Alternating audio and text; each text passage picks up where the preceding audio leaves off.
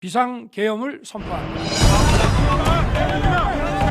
내가 계엄군 피해서 왔는데 경찰하고 다투다가 경찰한테 잡히면 또 그럼 아무것도 못 하잖아요. 좀 들어가다 보니까 담 넘어갈 만한 데가 있더라고요.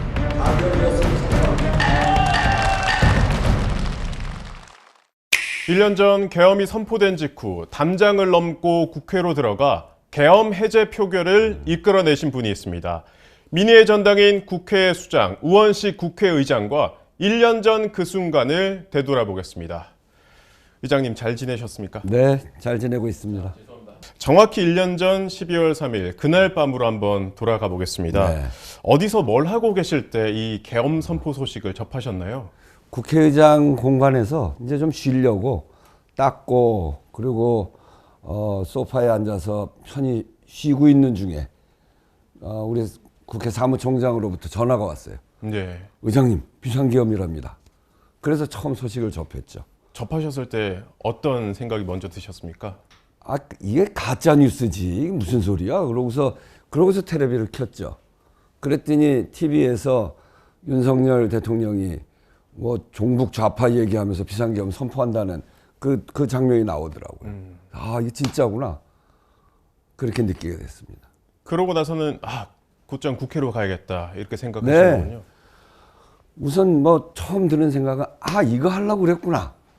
그동안 6개월 동안 국회하고 관계가 너무 나빴거든요. 나쁜 게 아니고 완전히 무시를 했죠. 제가 국회의장이 된 날 보통은 대통령이 축하 전화를 하는 겁니다. 네. 입법부의 수장한테 행정부의 수장이 입법부의 수장한테 전화를 해서 축하한다. 그건 이제 서로 관계를 잘 풀어나가기 위해서 하는 거죠. 근데 축하 전화도 안 하고. 그 다음날 현충일날 행사를 하는데 거기서라도 그냥 다 악수하잖아요. 축하한다는 말 한마디만 했어도 좀 달랐는데 그냥 모르는 사람 인사하듯이 그냥 지나가고. 네. 제 생일이 9월인데 9월달 카드가 왔어요. 보통 오부 요인들끼리 난을 주고 받는데 카드에 우원식 국회의원님 생일 축하합니다. 이렇게 왔어요. 무시해도 완전히 무시하는 거죠. 결국은 22대 국회 개원식에도 안 오고 그리고 시정연설 때도 안 오고 제가 국회의장 하는 6개월 동안에는 단 한 번도 대통령이 국회에 온 적이 없으니까 완전히 무시하고 있었는데 도대체 이 사람이 왜 이럴까? 그게 저는 굉장히 궁금하기도 하고 걱정도 되고 그랬어요. 그러다가 비상계엄한테 이거 하려고 그랬구나. 그러고 나니까 6개월쯤 된 건데 네. 굉장히 위험하구나. 빨리 국회로 가야 되겠다. 원래 우리 같이 이제 계엄을 겪어본 사람들은 계엄하면은 우선 도망가는 게 우선입니다. 근데 이미 계엄법을 한번 보고 헌법을 보고 해서 국회가 유일하게 비상계엄을 해제할 권한이 있는 데이기 때문에 나는 국회의장이고 그래서 국회로 가야 되겠다 하고서 7분 만에 옷을 갈아입고 차를 타고 15분, 16분 만에 국회로 왔죠. 하지만 국회로 왔을 때 경찰들이 출입을 막고 있었고 지금은 상징적인 장면이 됐습니다. 의장님께서 담장을 넘어서 국회 안으로 진입하셨는데요. 그때 당시의 심경은 어땠습니까? 오니까 산문 의원회관으로 들어오는 문 쪽으로 왔는데 거기를 경찰 버스가 딱 후진으로 막는 순간이었어요. 그래서 처음에는 문 열어라 소리도 지르고 나가서 야단칠까 생각하다가 내가 계엄군 피해서 왔는데 네. 경찰하고 다투다가 경찰한테 잡히면 또 그럼 아무것도 못 하잖아요. 그래서 안 되겠다. 그렇게 생각하고 조용한 데로 차를 이제 빼게 해서 좀 들어가다 보니까 담 넘어갈 만한 데가 있더라고요. 담 넘어가기가 어려워요. 쇠로 이렇게 직선으로 돼 있어서 발 디딜 데가 없으니까 이게 어렵다고요. 근데 문이 있는데 문에는 문양이 있어서 문양을 사다리 삼아서 넘어갔죠. 그래서 담을 넘어 들어와서 제 집무실로 왔어요. 네. 집무실에 와서 회의를 시작을 했죠. 들어오는 참모들 다 들어오라고 그래가지고 들어오면서 걱정은 이게 참 위험하기 때문에 오면서 제 생각은 들어와서도 첫 얘기가 그거였고 동트기 전에 끝내야 된다. 아침 출근길에 국회가 계엄군한테 막혀 있으면 국회 앞에 계엄군들이 서 있으면 우리 시민들이 가만히 있겠냐. 그러다 보면 유혈 충돌이 생길 수도 있고, 그러니까 동트기 전에 끝내야 된다. 두 번째는 흠이 없어야 된다. 상대가 검찰총장 출신이고, 그리고 이 법조인들이 많은 상황이기 때문에 계엄 절차를 제대로 잘 밟지 않으면 그냥 무효해버리고 그냥 무시해버릴 수도 있고, 그럴 수 있기 때문에 계엄 절차를 국회법이 정한 절차에 맞춰서 흠이 없도록 해야 된다. 이 두 가지를 먼저 얘기했죠. 그리고 그거 때문에 이제 회의를 시작을 한 겁니다. 그래서 절차에 관해서 논의를 시작을 했습니다.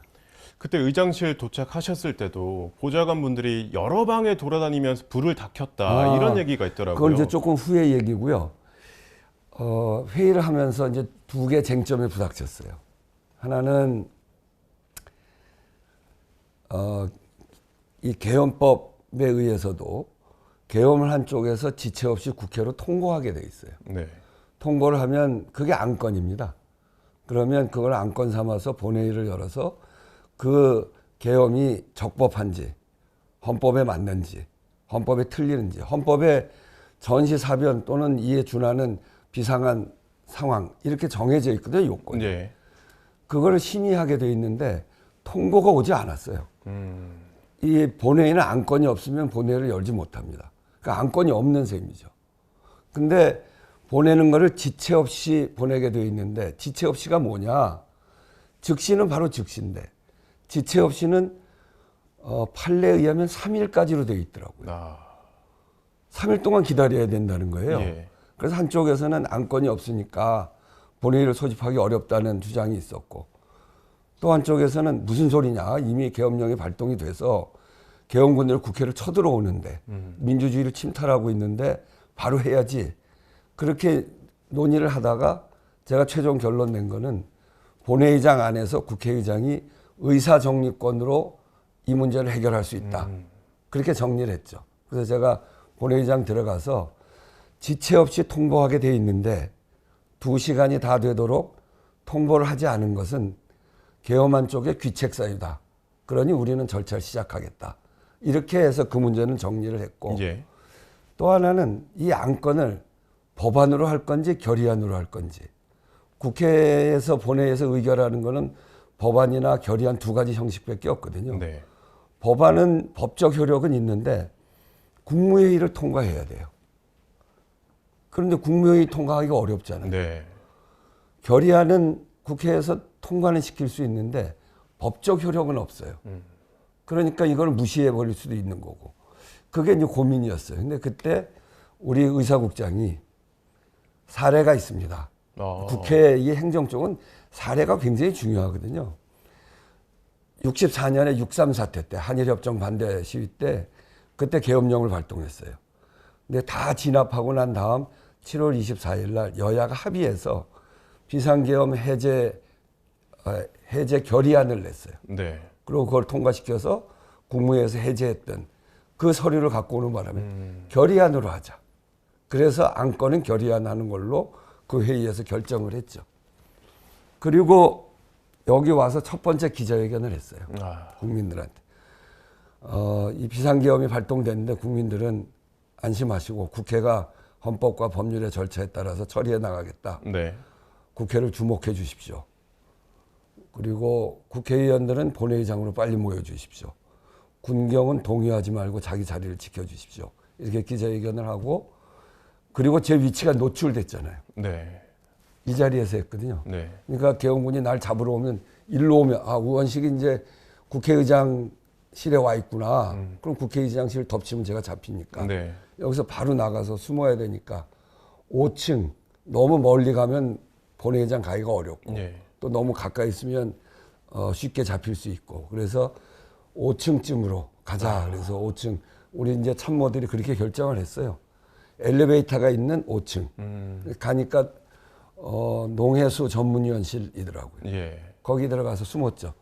숨고 제 방에 불을 켜놓으니까 저를 감춰야 되니까 우리 직원들이 나눠가지고 국회 전 방에 불을 다 켜느라고 아주 고생했습니다. 저를 감추느라고 킨 불인데 그게 그날 밤 어둠을 밝히는 빛이었고, 그리고 민주주의를 지킨 빛이었습니다.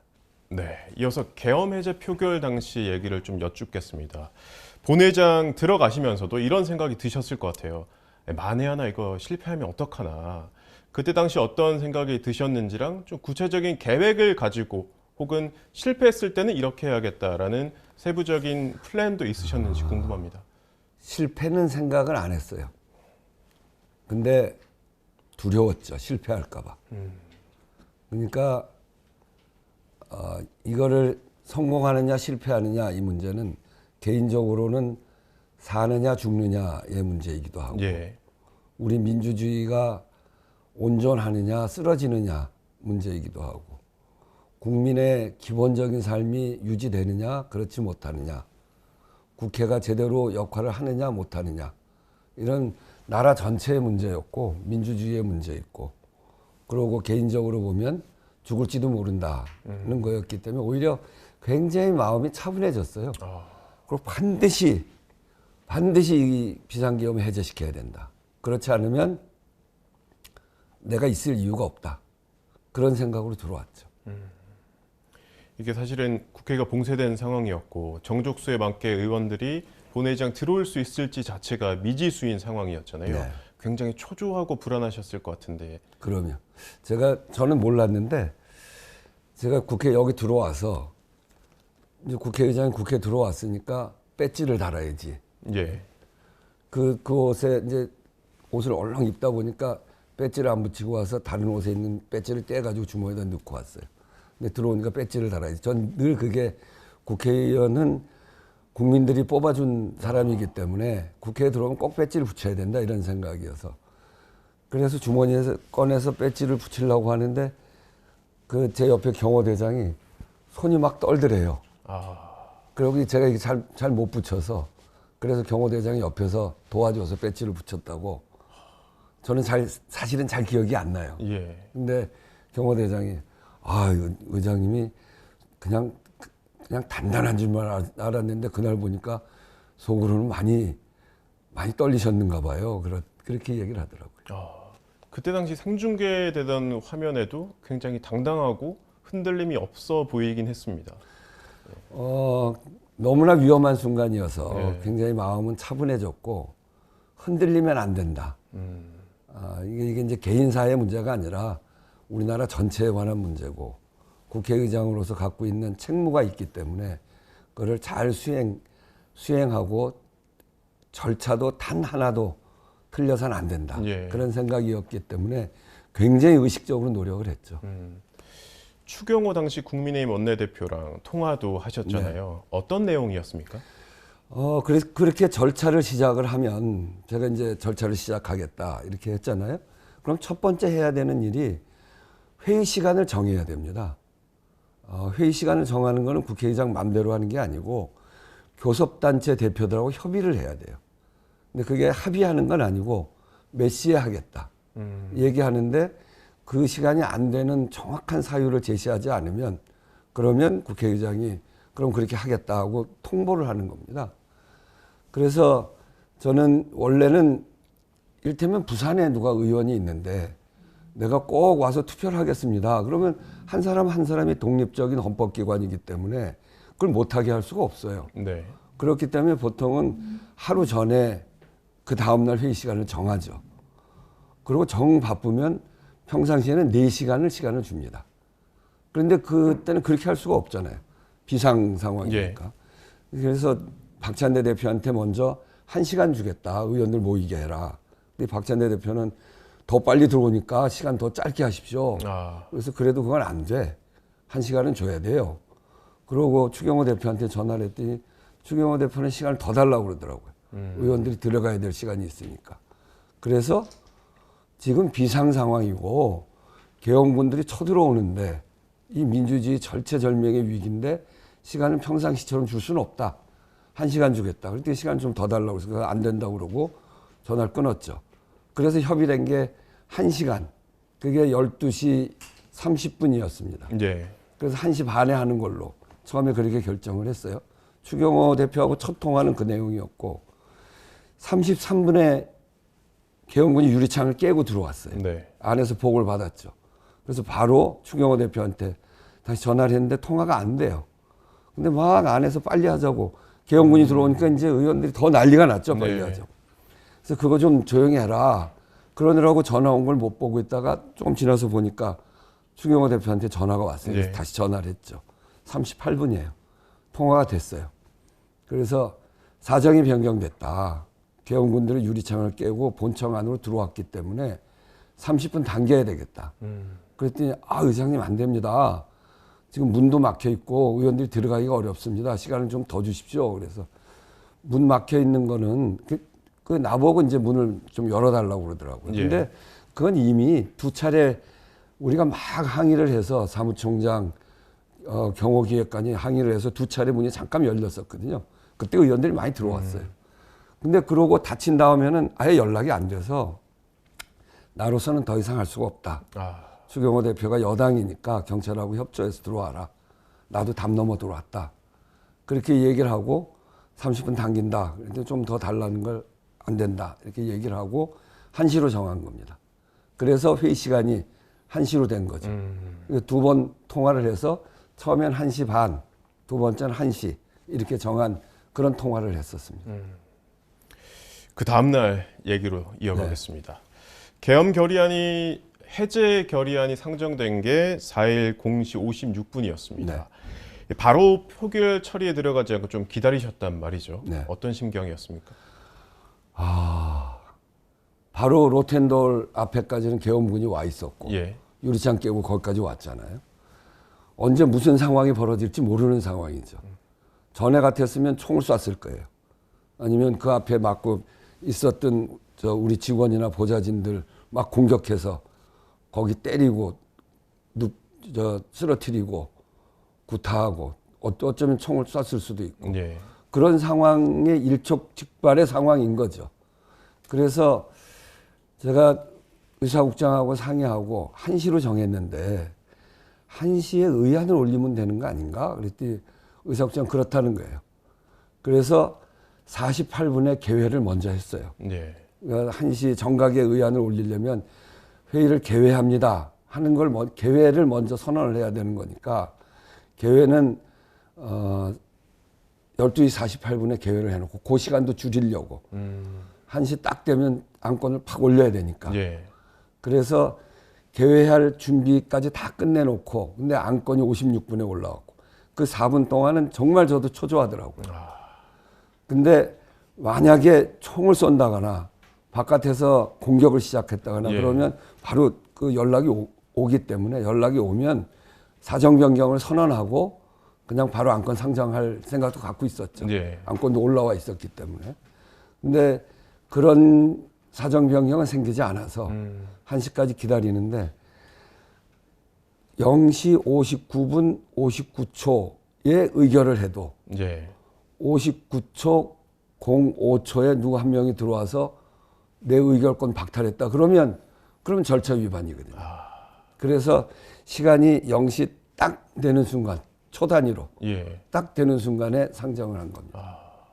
그럼 그때 당시 본회의장 안에서도 바깥의 계엄군 상황을 좀 실시간으로 보고를 받으셨습니까? 그걸 다 받았죠. 주변에 사실은 들어오면 안 되는데 우리 경호 인력도 들어와 있었고 예. 그리고 사무총장 원래 있는 자리니까 사무총장을 비롯해서 우리 국회 직원들이 들어와 있었어요.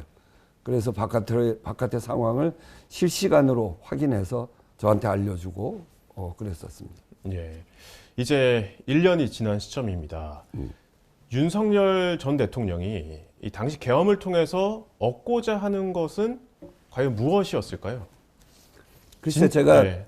윤석열 대통령이 아니니까 속마음까지는 다 모르겠는데 겉으로 드러난 거 보면 나는 대통령이 자기 가족이나 측근들 조사하는 거를 저렇게 거부한 사람을 본 적이 없어요. 네. 지금까지 역대 대통령들이 자기의 자식이나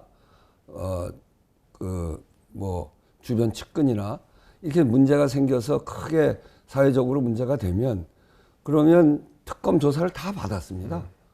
자기 주변을 그렇게 방어하고 비호한 대통령이 없어요.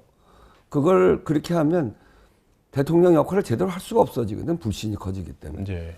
그런데 윤석열 대통령은 자기 부인, 당시의 영부인에 대해서 몇 차례 그 비리 문제에 대해서 조사하자고 국회에서 통과시키면 거부권을 했잖아요. 네.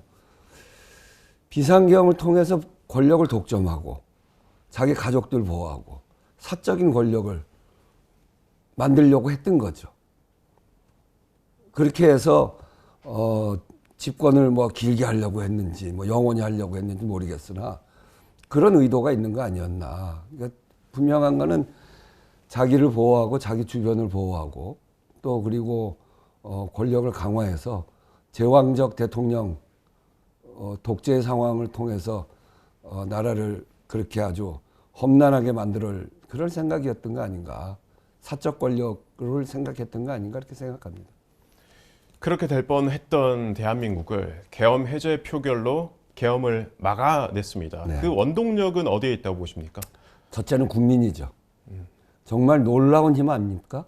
비상계엄이 10시 반인데 국회 앞으로 국민들이 그렇게 빠른 속도로 사실 되게 위험한 장소입니다. 예. 계엄군들이 쳐들어오고 총을 쏠지도 모르고 과거에 80년 광주를 보면 닥치는 대로 사람 때렸잖아요. 네. 그리고 총 쏴서 죽이고 계엄이라는 게 그런 거거든요. 그래서 진압당하고 근데 그런 위험이 있음에도 불구하고 국민들이 국회 앞으로 정말 빠른 속도로 모여서 국회의원들이 담 넘어오는 거 도와주고 국회의원들이 빨리 모일 수 있게 해준 거죠. 예. 그리고 그 이후에도 모든 계기 때마다 탄핵 소추하던 2번 또 그리고 그 이후에 헌법재판소에서 판결 날 때 그럴 때 등등을 보면 국회 앞에서 광화문에서 남태령에서 한남동에서 얼마나 국민들이 그 세계 유례로 찾아볼 수 없는 그런 맹렬한 시위 정말 굉장히 많은 국민들이 운집해서 예. 그렇지만 축제 같은 응원봉 들고 나와서 하는 축제 남태령의 키세스 시위는 저는 잊지 못해요. 그 추운 겨울밤에 이 은박지 둘러싸고 겨울을 나던 그 장면. 예. 첫째는 그래서 국민들의 단결된 힘입니다. 정말 간절하게 원하던 국민들의 그 간절한 요구. 이것이 비상계엄을 막고 새로운 사회를 만드는 가장 큰 동력은 그거였고. 예. 두 번째는 그 위험한 상황에 목숨을 걸고 국회로 달려온 국회의원들입니다. 정말 그거 쉽지 않거든요. 네. 우리한테 익혀져 있는 비상계엄에 몸에 쓰여져 있는 그거는 36개 줄행랑입니다. 우선 도망가서 피해야 되는. 예. 그거가 우리 몸에 새겨져 있는데 그거 그렇게 하지 않고 국회로 다 모인 거죠. 제일 위험한 대로. 국회의원들 참 잘했다고 생각합니다. 그리고 함께 국회 직원들, 또 보좌진들, 그리고 정당에 속해 있었던 당직자들 이런 사람들이 국회를 완전히 요새로 만들어 버렸어요. 이 국회 바깥에서는 국민이 맞고 국회로 계엄군들이 들어오면 정문 앞 국회를 둘러싸고 당직자, 국회 직원들, 보좌진 이런 사람들이 막아섰죠. 네. 심지어 뒤에 그 축구장 있는 데로 헬기가 내렸잖아요. 거기에서 내린 계엄군들은 후문으로 들어오면 그냥 쑥 들어올 수 있었는데 앞에만 사람들이 많았지 뒤에는 별로 없었거든요. 네. 국회 방호과 직원들이 막았습니다. 그래서 거기를 막고 바리케이트 쌓고 그렇게 해서 요새를 만드는 우리 국회 구성원들, 국회의원, 국회 직원, 국회 보좌진, 또 정당에 속해 있었던 당직자들 이런 분들이 국회 구성원들이 막았고 그리고 또 하나는 젊은 군인들. 예. 그 사람들이 사실은 몸이 흉기인 사람들 아닙니까? 보통 사람들 한 10명은 그냥 단순간에 해칠 만한 그런 무력을 갖고 있는 사람들인데 그렇게 하지 않았다는 거예요. 윤석열 대통령이 막 명령을 내리고 체포하라고 막 그러는데 이 사람들이 와보니 국회거든. 나중에 그 물러갈 때 우리가 비상계엄 해제하고 군인은 국회 경박가로 나가라. 제가 이제 그렇게 얘기하고 나갔잖아요. 네. 나갈 때 시민들한테 죄송합니다 하고 나간 그 계엄군의 모습을 보면 그야말로 민주주의 시대를 살아온 민주주의 훈련을 받은 군인이라는 제복을 입은 시민으로서의 역할을 한 거죠. 소극적으로 네. 계엄 업무를 집행한 그 젊은 군인들. 이런 것들이 합쳐져서 그래서 그날 비상계엄을 막았다고 생각합니다. 네, 다음 질문은 조금 어려운 질문입니다만 국회의장의 견해를 꼭 한번 여쭙고 싶습니다. 계엄 이후의 정치권에선 여전히 강성 지지층을 중심으로 한 정치 양극화가 심하다는 평가가 있습니다. 정치 복원의 길은 어떻게 가야 한다고 보십니까? 지금은 이제 비상계엄을 하고 1년을 거치면서 비상계엄 탄핵 등 일련의 과정에 대한 정당 간의 해석의 차이 때문에 갈등이 심합니다. 갈등이 심하면 심할수록 강력하게 요구하는 지지자들의 목소리가 커지죠. 네. 근데 고민들이 있어요. 여당은 여당대로 새로운 정부가 국정을 안정시키고 또 새로운 성장 동력을 잘 만들어내고 국민들을 편안하게 하고 그런 요구도 안에 있고 또 한편으로는 민주주의 과제를 이번에 확실하게 만들어야 된다라고 하는 요구도 있고 그래서 그런 고민들이 있고 야당은 야당대로 1년을 거치면서 이 비상계엄 탄핵에 대해서 어떤 입장을 취할 거냐를 가지고 그 안에도 고민이 있습니다. 이런 상황들이 뭐 세상사가 다 마찬가지인데 그런 상황들이 늘 유지되는 건 아니에요. 결절점들이 있죠. 한번 끊고 넘어가는 점이 있는데 저는 그 결절점이 윤석열 이 비상계엄과 이 책임자들에 대한 1심 재판이 어떻게 나오느냐에 따라서 상황이 상당히 변할 수 있는 계기가 만들어질 수 있다고 봅니다. 이제 그런 시기에 그 안에서 고민하고 있는 여러 가지 내용들이 일정하게 하나의 변화가 좀 일어나지 않겠는가 그런 생각을 가지고 있고요. 그런 시기에 또 국회의장은 새로운 변화를 만들어내기 위해서 뭘 해야 되는가 이런 건 고민이죠. 국회의장도 지금은 어느 한편에 많이 서 있다 이런 비판을 야당으로부터 많이 받아요. 네. 근데 그거는 저는 제가 무소속인데요. 그래서 여의 편이나 야의 편은 아니에요.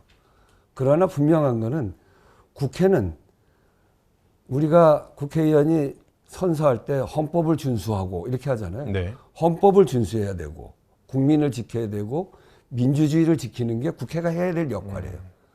국회의장은 당연히 그 역할의 맨 앞에 서 있어야 되고 지금의 이 문제는 민주주의를 쓰러뜨리고 국민의 기본권을 해치려고 했던 그런 일이기 때문에 국회의장이 분명하게 민주주의 지키고 국민을 지키는 일에 분명한 태도를 취하고 있는 거죠. 그러면서 또 한편으로는 국회를 원만하게 운영해야 가는 책임자로서 이걸 어떻게 하면 더 원만하게 할까 이런 고민들이 이제 같이 있는 거거든요. 그러니까 이런 점에서 이번 이 시대에 결절점이 필요한데 그것이 윤석열 전 대통령 등을 비롯한 비상계엄 이런 사태들의 책임자들에 대한 1심 재판이 마무리가 되면 좀 그게 시기가 좀 변화되지 않겠는가 네. 그런 기대를 가지고 있습니다. 네.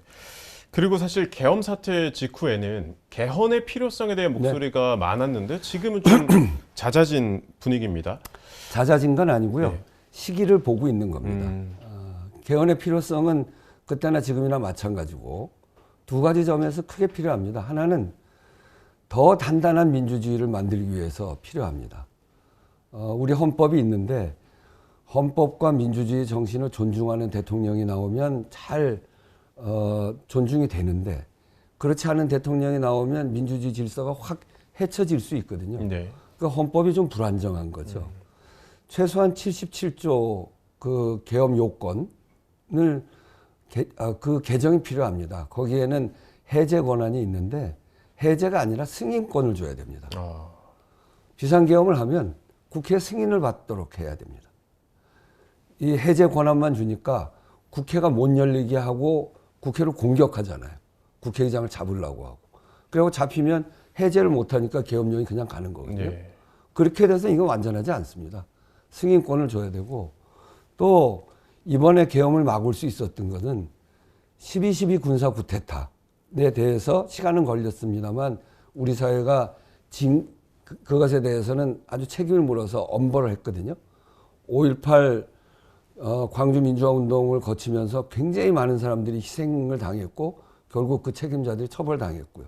이걸 보면서 비상계엄, 헌법질서 훼손 이건 안 돼라고 하는 게 우리 국민들 몸에 콱 배긴 겁니다. 네. 그래서 나와서 막은 거거든요. 다시는 그런 사태 용납하면 안 된다. 그래서 헌법 전문에 5.18 부마항쟁 이런 민주화의 중요한 봉우리들을 적어넣자. 네. 그래야 앞으로 이런 민주주의 해치는 짓을 못하지 않겠는가. 이게 민주주의를 단단하게 하는 것이고 또 하나 헌법에는 국민의 삶이 다 정리되어 있습니다. 근데 이 헌법이 만든 게 38년 전이에요. 38년 전에는 그때 시대정신 가장 주요했던 구호가 한 명씩만 더 나와도 한반도는 초만원 이라는 구호가 번창했을 때예요. 그거하고 지금하고 얼마나 다릅니까? 네. 지금 핸드폰 우리가 쓰고 있는데 핸드폰도 조금 불편해지면 바꾸고 그러잖아요. 핸드폰 나오기 전에 삐삐라는 게 있었어요. 그때는 삐삐도 없을 때입니다.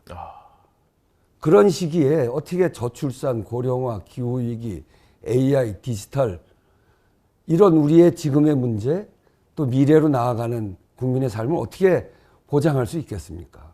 이 낡은 헌법 이걸 고쳐서 미래로 나아가는 헌법을 만들어야죠. 네. 그런 점에서 헌법이 늦어도 너무 늦었는데 저는 헌법을 개정할 수 있는 시기가 오면 모든 헌법을 한꺼번에 개정하자고 오기 때문에 잘 안 됩니다.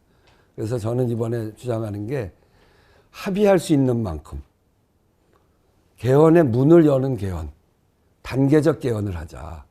그렇게 주장하고 있고 그래서 아까도 얘기했지만 그런 결절점을 거치면서 개헌특위를 바로 구성하고 합의할 수 있는 만큼 어렵지 않은 과제들을 가지고 합의해서 지방선거 때 개헌을 하자 이런 생각을 갖고 있습니다. 대통령 의지도 아주 분명하시고요. 그렇다면 그렇게 새로운 대한민국으로 나아가기 위한 개헌을 한다면 그 추진 동력은 어디서 찾을 수 있을까요? 저는 그게 결국은 지금 말씀을 드렸듯이 더 단단한 민주주의를 만드는 개헌, 미래로 나아갈 수 있는 국민의 삶을 변화시키는 개헌, 이게 동력이라고 생각합니다. 저는 국민들이 이런 요구, 이런 필요성에 대해서 필요하다고 생각하고 계시고 그래서 국민들의 동력을 기반으로 해서 대통령의 의지도 분명하고 저도 분명하고 그리고 양 정당도 국민들의 요구가 높아지면 그것에 대해서 미온적으로 할 수 없고 그리고 지난 대통령 선거 때 다 개헌하자고 공약들을 다 걸었습니다. 네. 그래서 저는 뭐 충분히 동력이 있다고 생각합니다. 네. 마지막입니다. 지난해 12월 3일 계엄을 경험했고 지난 1년간 이 회복의 시간을 함께한 국민께 한 말씀 부탁드리겠습니다. 네. 국민이 있어서 민주주의를 지킬 수 있었고 또 국회도 지킬 수 있었습니다. 저를 포함한 정치인들이 자연적인 생명도 지킬 수 있었습니다. 간절하게 민주주의를 원하던 국민들이 있었기에 대한민국이 지금 있습니다. 그런 점에서 정말 국민들께 감사드리고 이제 우리가 해야 될 과제는 국민들이 좀 더 편안하게 사는 세상을 정치인들이 앞서서 만들어야 된다고 생각합니다. 민주주의는 그저 정치적 제도적 민주주의만 되는 것이 아니고 사회경제적 민주주의, 민주주의가 국민의 삶을 바꿀 수 있냐, 민주주의가 국민의 먹고 사는 문제를 해결할 수 있느냐, 여기에 국민들이 그렇다 이렇게 대답할 수 있도록 국회가 최선을 다해서 이 국민들의 이 큰 은혜, 고마움에 대해서 보답하도록 하겠습니다. 감사합니다. 네, 회장님 오늘 말씀 잘 들었습니다. 고맙습니다. 제가 감기 걸려서 목이 좀 상해서 목소리가 좋지 않았습니다. 죄송합니다. 빨리 나으십시오. 네.